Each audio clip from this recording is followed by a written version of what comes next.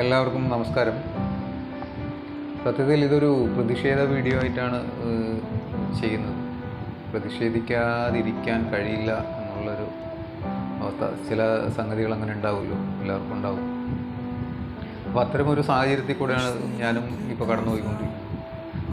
കാരണം നമ്മുടെ മഹാനടൻ മമ്മൂട്ടി, അദ്ദേഹത്തെക്കുറിച്ച് ചില വാർത്തകൾ 1-2 ദിവസമായിട്ട് ഇങ്ങനെ സോഷ്യൽ മീഡിയയിലൊക്കെ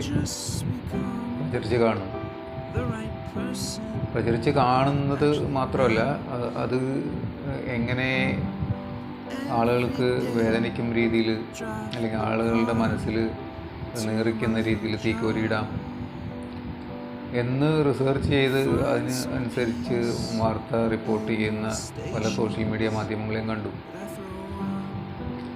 അപ്പോൾ അവരുടെ ഉദ്ദേശശുദ്ധി എന്തായിരുന്നു, എന്താണ് അവരിതുകൊണ്ട് ഉദ്ദേശിച്ചത്, ആ ഉദ്ദേശം നടന്നോ, അല്ലെങ്കിൽ അവരുടെ മാനസികാവസ്ഥ എന്തായിരുന്നു, അവർക്ക് അതിൽ നിന്ന് കിട്ടിയ സുഖം എന്തായിരുന്നു എന്നുള്ളതിനെക്കുറിച്ചാണ് നമ്മൾ അന്വേഷിക്കുന്നത്. അപ്പോൾ അവരുടെ ഉദ്ദേശം അത് തന്നെയായിരുന്നു, മമ്മൂട്ടി ആരാധിക്കുന്ന ഓരോരുത്തരുടെയും മനസ്സ് വേദനിപ്പിക്കുക എന്നുള്ളതായിരുന്നു. അത് എന്തുകൊണ്ടാണെന്ന് വെച്ചാൽ, മമ്മൂട്ടിയുടെ പേര് ഒന്ന്, മമ്മൂട്ടിയാണ്, മുഹമ്മദ് കുട്ടിയാണ്. 2, ഇടതുപക്ഷ ചിന്താഗതിക്കാരനാണ്. 3, പിണറായി വിജയൻ്റെ സുഹൃത്താണ്. 4, നരേന്ദ്രമോദിയെ ബഹുമാനിച്ചില്ല. നരേന്ദ്രമോദി ഒരു തവണ കേരളത്തിൽ വന്നപ്പോൾ മോഹൻലാൽ താണുവണങ്ങുകയും മമ്മൂട്ടി വേണ്ട വിധം താണുവണങ്ങാതിരിക്കുകയും ചെയ്തു എന്ന് പറഞ്ഞിട്ട് പറഞ്ഞു നടന്ന കുറേ ആളുകളുണ്ടല്ലോ. അപ്പോൾ ഇതൊക്കെ അതിൻ്റെ കാരണങ്ങളാണ്. മമ്മൂട്ടിക്ക് എന്തെങ്കിലും ഒരു വീഴ്ച കാണുമ്പോൾ അതിൽ പിടിച്ച് അതിനെ ഊതി വീർപ്പിക്കാനും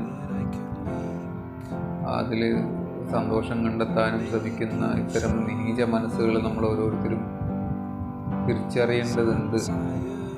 അത് കേവലം ഒരു മാധ്യമപ്രവർത്തനം മാത്രമല്ല, അതിൽ രാഷ്ട്രീയം, അങ്ങേയറ്റത്തെ വെറുപ്പിൻ്റെ രാഷ്ട്രീയം പ്രചരിപ്പിക്കുന്ന അധമന്മാരുടെ മനസ്സ് അതിന് പുറകിലുണ്ട് എന്ന് തിരിച്ചറിയണം.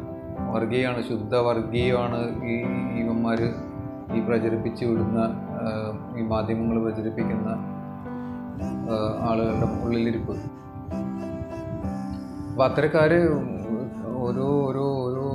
ഓരോന്നിലും തിരിച്ചറിയണം, ഓരോ വാക്കിലും തിരിച്ചറിയണം. അവരുടെ വാർത്തകളും അവരുടെ ഹെഡിങ്ങുകളൊക്കെ ശ്രദ്ധിച്ചാൽ തന്നെ നമുക്കത് മനസ്സിലാവും. വെറുപ്പിൻ്റെ രാഷ്ട്രീയം പടർത്തുന്ന ജീവികളാണത്. കേരളത്തെ എങ്ങനെ നശിപ്പിക്കാം, അല്ലെങ്കിൽ കേരളത്തെ എങ്ങനെ പാപ്പരാക്കാം, അല്ലെങ്കിൽ നിങ്ങൾ പാപ്പരാണെന്ന് പറയൂ, നിങ്ങൾ സമ്മതിക്കൂ എന്ന് പറയുന്ന ഒരു കേന്ദ്രമന്ത്രിയുടെ മനസ്സ്, ആ മനസ്സ് തന്നെയാണ് ഇവർക്കൊക്കെ ഉള്ളത്. നമ്മളെ, അല്ലെങ്കിൽ കേരളത്തെ നാശത്തിൻ്റെ പടുകുഴിയിലേക്ക് തള്ളിയിടാൻ ആഗ്രഹിക്കുന്ന വികൃതമായ മനസ്സുകൾക്ക് ഉടമകളാണ് ഈ നശുഭൂലങ്ങളൊക്കെ തന്നെ. അപ്പോൾ അവർ പഠിച്ചു വിട്ട വാർത്തകളാണിത്. അത് സത്യമാണെങ്കിലും അല്ലെങ്കിലും അതിങ്ങനെയാണോ റിപ്പോർട്ട് ചെയ്യേണ്ടത്? അവരുടെ കുടുംബത്തിൽ ഒരാൾക്ക് എന്തെങ്കിലും അസുഖങ്ങൾ, മാറാരോഗങ്ങൾ വരുമ്പോൾ അവരിതിങ്ങനെയാണോ ഡീൽ ചെയ്യുക?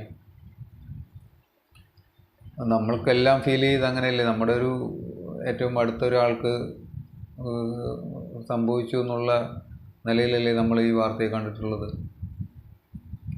അപ്പോൾ അത് ചിലപ്പോൾ അദ്ദേഹം അത് കടന്നു പോയേക്കാം, അല്ലെങ്കിൽ അതാരും അറിയാതെ പോകേണ്ട ഒരു കാര്യമായിരിക്കാം, അല്ലെങ്കിൽ അത് അങ്ങനെ തന്നെ ഇല്ലായിരിക്കാം. എന്നിട്ടും എന്തിനാണ് ഇത്രയും ഇതിനെ കൊട്ടിഘോഷിച്ച് ഈ മനസ്സുകളെ മുഴുവൻ നീറിപ്പിച്ച് ഈ പത്രധർമ്മം എന്നുള്ള രീതിയിൽ, മാധ്യമധർമ്മം എന്നുള്ള രീതിയിൽ ഇതിനെ കൊണ്ടു നടന്നെന്ന് വെച്ച് കഴിഞ്ഞാൽ അത് തന്നെയാണ് ഉദ്ദേശം.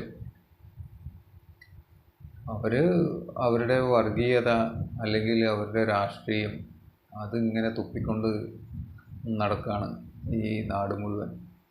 അത് തിരിച്ചറിയുക ഓരോ പ്രേക്ഷകനും തിരിച്ചറിയണം എന്ന് മാത്രമാണ് എനിക്ക് ഈ വീഡിയോയിൽ പറയാനുള്ളത്.